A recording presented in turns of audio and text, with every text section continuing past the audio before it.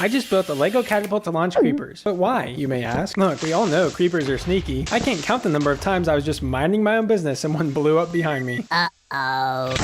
Can you relate to that? The question is, how do the creepers manage to move around undetected? Hello. Since I couldn't find an answer, I made up my own creative twist to the Minecraft story. They must use a creeper catapult. Here's how the build went down. First, I built a tiny model to understand how a catapult works.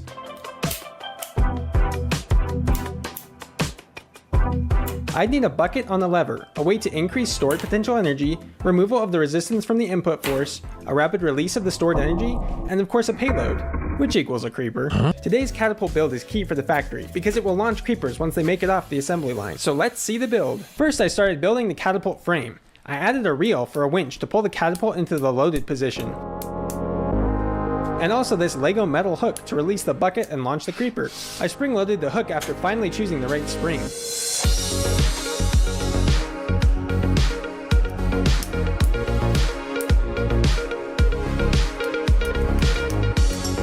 Okay, this next part is key to it all. I needed a way for motors to engage the winch to reel the catapult into its loaded position, but also then disengage from the winch so the rubber bands don't fight the motors when trying to launch a creeper. It's the same concept as using your finger to pull the catapult down, but then not leaving your finger on the bucket when the catapult launches. Because if you did, that clearly wouldn't work very well. This special gear mechanism will fix that. See, when the red driving ring engages the gray gear on the left, the winch is rotated when these black axles move. But when the red driving ring engages the gray gear on the right, the winch is disengaged and can rotate freely, which will be great for the launching. In addition, releasing the hooks is now engaged. Next, I chose which motors to use. I needed a lot of torque and ease of attachment, so I went with EV3 motors. I connected 2 of them to the frame. This is really cool, because the special gear train allows both motors to tackle the rotating of the winch and releasing the hooks together. That means approximately twice as much torque, which will mean a lot more rubber bands, and throwing the creeper way farther. I then gave these same motors yet another task. That's like 3 jobs, when a motor usually only has 1. I attached a changeover catch to the frame to move the red driving ring around.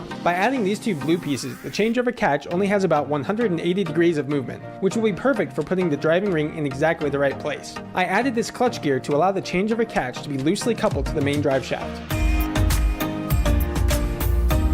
So when the motors rotate one direction, the winch is powered by both motors. Then when the motors turn the opposite direction, the motors now power releasing the hooks. Cool, right? Now I know I could have used Lego's newer driving rings, but I didn't have quite the right combination of parts. Specifically the smooth version of this 3-length axle connector. But I did get the newer changeover catch in there, so that's a plus.